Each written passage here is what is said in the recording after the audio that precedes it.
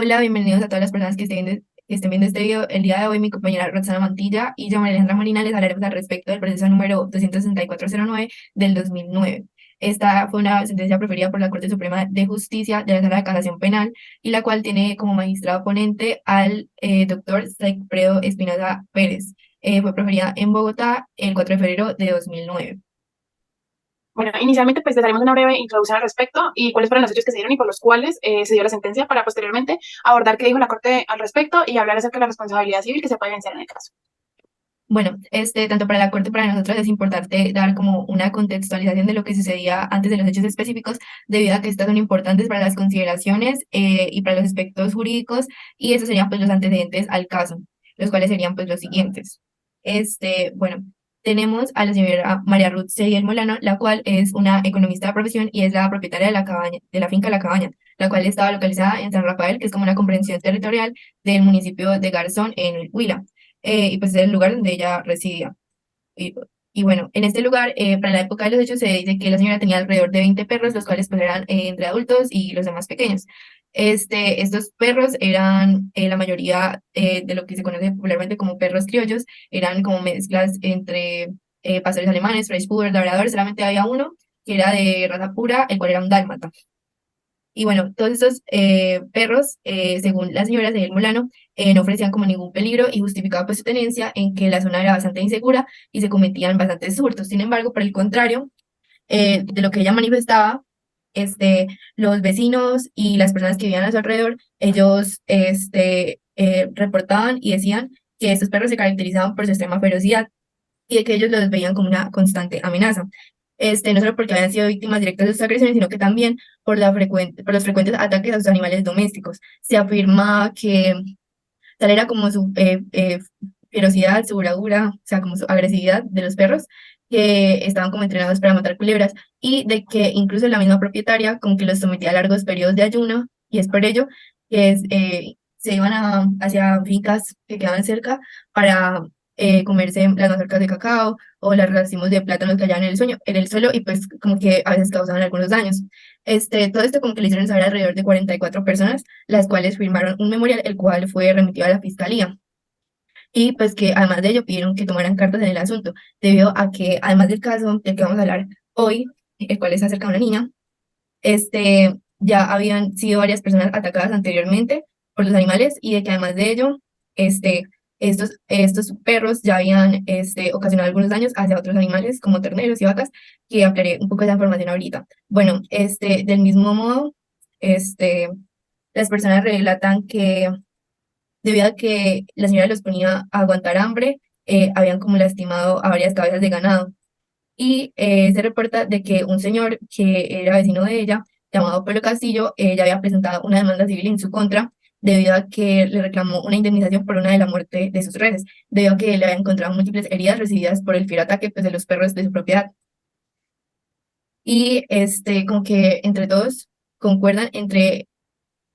decir como de que algo que se le caracterizaba a la señora era su indiferencia, quien a pesar de toda esa evidencia, ella insistía y advertía de que ellos no causaban ningún daño y de que no representaban como ningún peligro hacia la comunidad. Sin embargo, es la misma procesada la cual realiza como la relatación del siguiente episodio, en el cual entramos a hablar del señor Henry Enrique Calderón, y habla de que uno de sus perros pues lo atacó anteriormente, antes de que sucediera el hecho. Bueno, el señor Enrique Calderón Cortés, era un ganadero de ocupación y era un padre de la menor Lizeth Calderón Lozada, quien igualmente también se referirá en este suceso. Bueno, la relación con él, inició como en el mes de marzo de 2002. La relación que ellos tenían era debido a que ella le realizó el arrendamiento de un lote dentro de su finca, pero antes de que ella le realizara el arrendamiento de dicho lugar, pues el señor inicialmente, el primer día que fue a verla, se dirigió a su casa. Sin embargo, pues él no pudo entrar y fue mordido por varios perros que la custodiaban. O sea, él fue atacado anteriormente, el primer día que fue. Y es por ello que él regresa al día siguiente, pero llega con un garrote para poderse defender de algún perro que lo ataque. Entonces, justamente uno de los perros de la señora, el cual era un boxer, lo atacó ferozmente y pues el señor se vio obligado como a propinarle un garrotazo en la cabeza y le causó la muerte. Sin embargo, a pesar de este suceso ya nombrado, la señora María Ruth Molano este, y el señor optaron pues por restarle importancia al mismo acto y finalmente pues el señor Carlos Calderón Cortés pues arrendó el lote en su propiedad para ejercer allí su profesión de ganadero. Bueno, ahora hablando ya al respecto de los hechos fácticos del caso, bueno, entonces vamos a hacerle una recopilación. En los 3 meses subsiguientes a la celebración del contrato de arrendamiento del señor Calderón Cortés, acudió con cierta regularidad a la finca de la señora Ruth, ya que allí guardaba su herramienta de trabajo y muchas veces, en especial los días sábados, la acompañaba a sus labores nuestra víctima, la niña Marla Lisset, de 9 años de edad, quien por esa razón terminó familiarizándose con varios perros de la finca, los cuales la saludaban y jugueteaban cuando ella llegaba al lugar. Para el día sábado 15 de junio del 2002, aproximadamente a las 10 de la mañana, el señor Calderón Cortés, como ya era costumbre para él, arribó a la hacienda con su hija, encontrando a la propietaria, a la señora Ruth, lavando una de las perreras, razón por la cual 15 de los canes deambulaban libremente por el predio, por la finca. Es así como el señor Calderón Cortés tomó sus implementos de trabajo con la idea de desplazarse hacia el sitio de sus labores y la señora Cedel Morano le pidió el favor de que se llevara a sus perros con el fin de que se desaburriera. Petición que fue aceptada por el ganadero, pues no tuvo ningún inconveniente en ir junto con su hija y los 5 canes a las labores que debía realizar. Es importante recalcar que en la declaración, la procesada, la señora Cediel Molano, afirmó que el señor Calderón Cortés fue quien se llevó los perros por iniciativa propia. Sin embargo, la evidencia recaudada indica que fue ella quien le pidió el favor a su arrendatario, quien pues aceptó sin impedimento porque, según dijo él, como ella era la dueña de la finca, no podía decir ni hacer nada más. Lo cierto del asunto es que, al margen de quien haya tenido la iniciativa, el señor Calderón Cortés o ella, no hubo ninguna desviación en el curso de los hechos, independiente de quién haya tomado la decisión. Bueno, entonces el señor Calderón Cortés, es importante recalcar también acá que desde aquí empieza a fallar como en su figura de garante, porque él ya había sido atacado anteriormente por los canes. Sin embargo, no le vio mucha importancia y decidió irse con ellos junto con su hija. Bueno, entonces la labor de ese día consistía en reparar cosas y reparar unos cercos. Y cuando llevaba alrededor de 1 hora haciéndolo, el señor Calderón se acordó que había dejado uno de los broches de una cerradura abierto, razón por la cual le pidió a su hija que lo cerrara. La menor, pues en cumplimiento de lo solicitado por su padre, se desplazó acompañada de los perros hasta el sitio donde debía cerrar el broche, localizado más o menos como unos 60 metros, en un terreno montañoso y pendiente, es decir que no la podía observar y tampoco, en este caso, pudo escuchar como los gritos de auxilio. Minutos después, ante la tardanza de la menor, el señor Calderón se fue en búsqueda de ella y se encontró en el camino a varios de los perros lamiéndose el hocico. Luego, al llegar al sitio donde la niña debía cerrar el broche, fue atacado por otro de los animales, pero lo logró esquivar y seguidamente observa a su hija tristemente totalmente desangrada en el suelo y rodeada de 5 canes que tuvo que ahuyentar. Aunque en su desespero pues trató de auxiliarla, lógicamente, cuando llegó con la niña entre sus brazos a la casa de la señora Ruth, ya era demasiado tarde, pues la niña Marla Lisset había fallecido a consecuencia del bestial ataque que le infligieron los perros. Así lo reportó el dictamen de necropsia, en el que se concluye, según el médico, que la menor muere por shock hipovolémico por sección de vasos sanguíneos de los miembros superiores e inferiores como consecuencias de múltiples mordeduras caninas. Bueno, posteriormente a este suceso, entonces empieza como la actuación procesal, que es de la cual vamos a hablar ahora. Bueno, al respecto de la actuación procesal, por los hechos anteriormente nombrados, la Fiscalía 18 de la seccional de Garzón, en el Huila, ordenó pues la práctica de la indagación preliminar el día 26 de junio de 2002. Y pues la misma dependencia dictó la resolución de apertura de la instrucción el 2 de agosto del mismo año, en la cual pues ordenó la vinculación de la señora María Ruth Cediel Molano, quien fue escuchada en indagatoria el 16 de octubre. Sin embargo, un día antes, el día 15 de octubre, el ente instructor admitió la demanda de constitución de parte civil promovida por Belén Lozada Claro y Henry Enrique Calderón Cortés, el cual es el padre pues, de la menor fallecida, Marla Lisset Calderón Rosada. Bueno, argumentando la inexistencia pues, del delito, la Fiscalía Investigadora emitió resolución de preclusión de la instrucción el 9 de diciembre de 2002, la cual pues fue apelada por los representantes de la parte civil y pues del Ministerio Público, y dicha determinación fue revocada por la Fiscalía Primera Delegada ante el Tribunal Superior de Neiva, en pronunciamiento de segunda instancia el 6 de junio de 2003. Bueno, clausurada pues la fase como sumaria, el 26 de enero de 2004, la oficina instructora calificó su mérito el 10 de marzo posterior, profiriendo pues una resolución de acusación en contra de María Ruth Cedel Molano, en la cual decía que era como la autora de la conducta punible de homicidio culposo por omisión o en comisión por omisión, en la cual está tipificada en el artículo 109 y 25 de la Ley 500 de 2000, o sea, el Código Penal. Bueno, al respecto de la primera instancia, el conocimiento de la causa se asumió por el Juzgado Penal del Circuito de Garzón Huila, y pues el despacho que dictó la sentencia de primera instancia, que fue el 29 de julio de 2005, ordenó esto, pues que a Cediel Morano se le condenara por el delito de homicidio culposo por omisión. Consecuente con su determinación, el ACO pues le impuso la pena principal de 2 años de prisión, el equivalente a una multa de 20 salarios mínimos legales vigentes, y pues la inhabilitación para ejercer derechos y funciones públicas por el lapso de la sanción corporal, o sea, de cárcel. De igualmente, pues también se abstuvo de condenar al pago de perjuicios materiales, y también la sentenció a pagar el equivalente de 50 salarios mínimos legales vigentes por daños morales, y le concedió el beneficio sustitutivo de la suspensión condicional de la ejecución de la pena. Sin embargo, en segunda instancia, pues se realiza una apelación al fallo por el defensor de la sindicada y el apoderado de la parte civil, y pues ahí donde la sala penal Tribunal del Tribunal Superior de Neiva le revocó el 28 de junio de 2006 mediante sentencia su condena.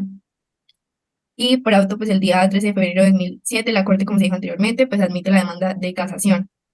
Al respecto, pues del resumen de la demanda, sería lo que les va a explicar ahora mi compañera Roxana.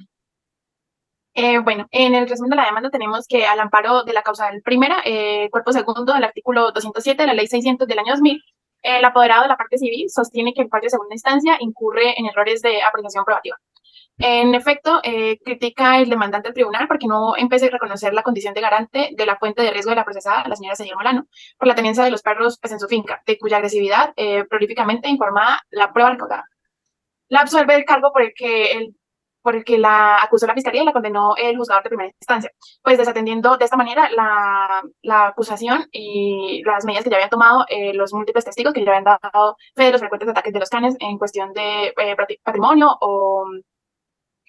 contra sus animales, por ejemplo. Entonces, siempre recalcando que la propietaria de los animales debía tomar medidas correctivas para mantener, por ejemplo, no sé, con correas o bozales a los fieros, sin embargo, no lo hizo. Agrega también que si se hubiesen examinado en su entera dimensión los medios que obran en la actuación, por ejemplo, testimonios, anunció de la existencia en el Fondo de los Perros Bravos, escritos de la Junta de Acción Comunal de la Vereda y otros documentos, y hubiese habido pericia de la propia confesión de la procesada, entre otras cosas, el sentido del fallo habría sido sustancialmente diferente al que en últimas pues, se adoptó. En cuanto a María Ruth Cediel Molano, ella tenía el deber jurídico de vigilar y garantizar la indemnidad de uno o varios bienes jurídicos pertenecientes a las diferentes personas que previamente habían sido individualizadas y de manera concreta hacer las acciones que tenía por obligación jurídica de tomar. Pues esto conllevaba a responsabilidad penal y también debería considerarse la digna sanción putativa. Para el caso estudio, y según nuestro derecho positivo, sostiene la casacionista, el delito por omisión se configura por no hacer algo, no por el simple no hacer mandato que si no se observa, su infractor debe ser castigado, sino que en aquella caiga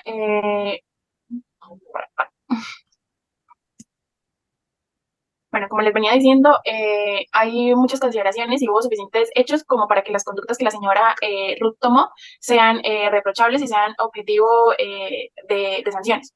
Entonces, el juzgador, muy a pesar de afirmar que la responsabilidad en los hechos recae en la procesada, finalmente se equivocó en la valoración conjunta y mancomunada pues, de las pruebas e incursionó en un error de hecho derivado de un falso juicio de identidad. Pues en cuanto supuso un medio de convicción que no obra en el diligenciamiento y excluyó a los que tenían la capacidad de probar la culpabilidad de la garante. Y por ende, el fallo fue absolutorio para que con la acusada cuando se debió confirmar el fallo condenatorio.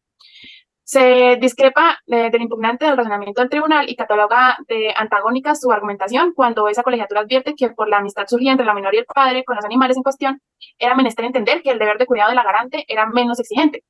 con lo cual traslada la responsabilidad de lo ocurrido al progenitor de la víctima. Si instintivamente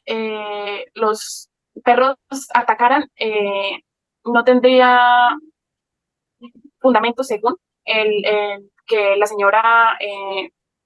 no ostentara la posición de garante por lo menos. Bueno, tras referirse a múltiples discusiones que en el ámbito de las relaciones sociales ha suscitado la convivencia de los humanos con los animales domésticos, el censor concluye que la persona bajo cuya dependencia se encuentran los mismos debe responder por los daños que ellos causen, como garante de la fuente de riesgo creada, en este caso con la procesada, tal como se haya instituido en el artículo 25 del Código Penal. Como quiera que a su cargo estaba pues la protección del bien jurídico del ordenamiento de la tutela.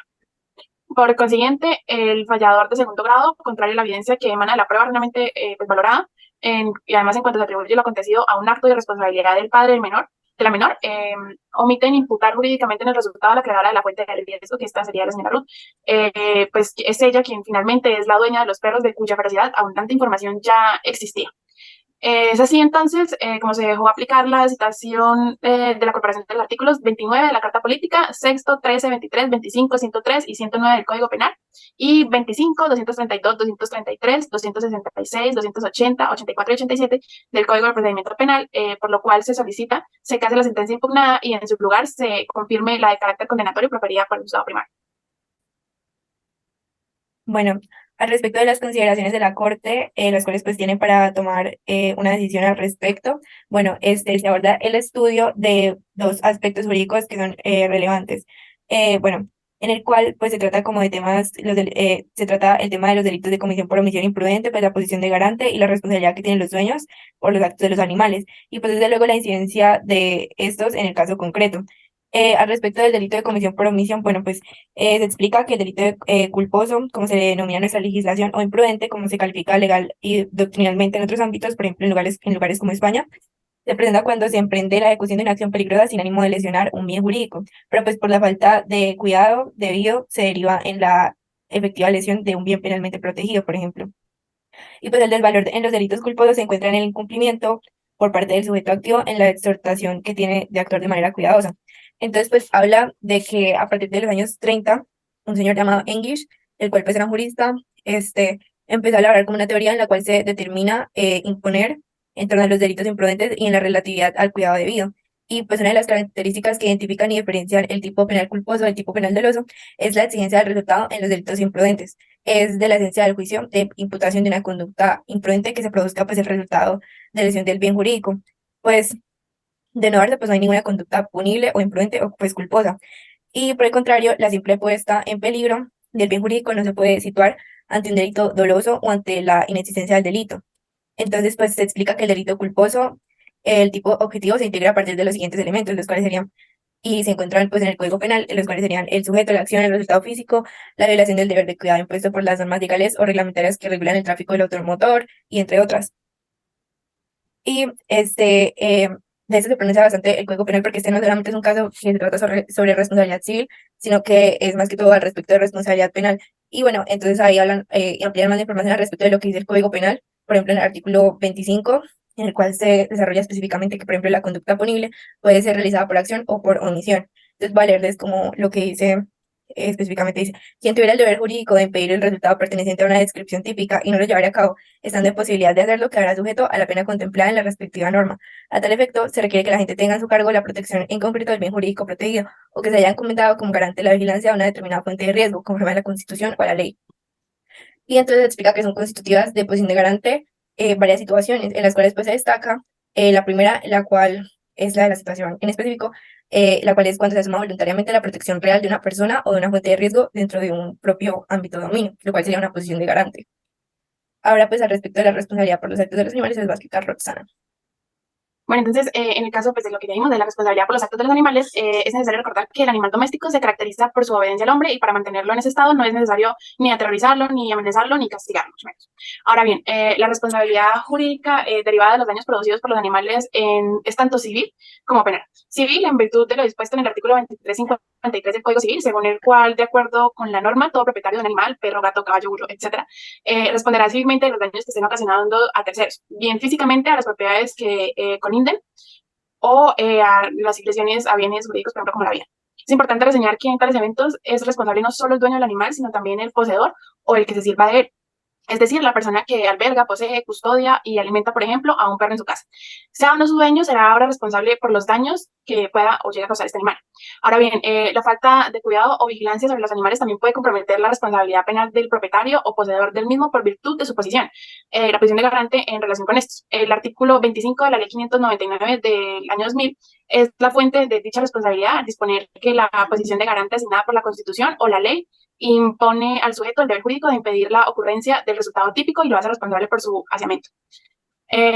La Corte se ha pronunciado, lógicamente, sobre la posición de garante y ha sostenido que la posición de garante es la situación en la que se halla una persona en virtud de la cual tiene el deber jurídico concreto de obrar para impedir que se produzca un resultado típico que puede ser evitable, que evitar cualquier hecho doloso, por ejemplo. Cuando quien tiene esa obligación la incumple, hace surgir un evento lesivo que podía ser impedido, este abandona la posición de garante. En este sentido restringido, viola la posición de garante quien, estando obligado específicamente por la Constitución o la ley a actuar, se abstiene de hacerlo, y con ello da lugar a un resultado ofensivo que podía ser impedido o previsto. Este es el concepto que vincula el fenómeno estudiado con los denominados delitos de comisión, por omisión, como ya lo hemos hablado, o impropios de omisión o inculpos de omisión. Entonces vamos a hablar ahora ya pues del resuelve. En este proceso se resuelve no fallar el caso impugnado, y pues en pocas palabras la señora Ruth Sediel no responde civilmente, y lastimosamente toda esta situación termina con el triste deceso de la niña, y ya. Muchísimas gracias, espero les haya gustado. Hasta luego.